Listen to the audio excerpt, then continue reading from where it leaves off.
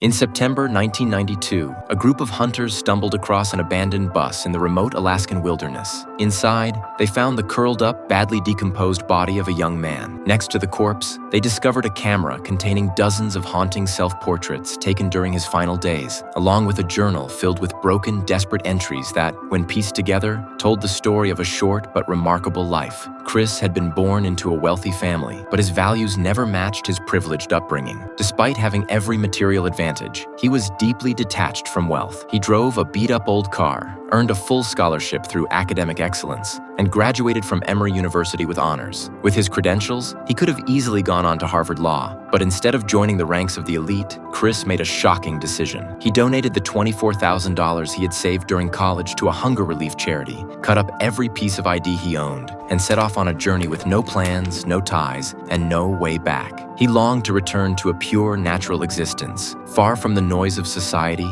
and free from every social obligation. In June 1990, he headed west toward what he considered his spiritual destination, Alaska. Along the way, he camped in the deserts of Arizona, unaware that it was flash flood season. In the middle of the night, a wall of water came for him. But with sheer willpower and quick thinking, Chris managed to escape. Determined to sever every last link to his old life, he tore off his license plates, burned the rest of his cash, and began his life as a wanderer. He gave himself a new name, Alexander Supertramp. From that moment, he was living a life that was entirely his own. Chris slept in a cheap tent and hitchhiked across the country. Everywhere he went, he stopped to take it all in, to feel connected to the natural world. In the forest, he would stand still, just listening to the sounds of nature. By August 1990, he left Northern California and set out along the Pacific Crest Trail. Almost at the same time, his parents realized they could no longer reach him. Worried sick, they drove to Atlanta only to discover that Chris had moved out 2 months earlier. Later, police found his abandoned car. There were no signs of a struggle, which briefly eased their fears, but they soon realized Chris didn't want to be found at all. His disappearance was intentional. His actions were deeply tied to his complicated family history. Chris's mother had once been involved with his father while his father was still in another relationship, meaning Chris and his sister Corrine were technically children from an affair.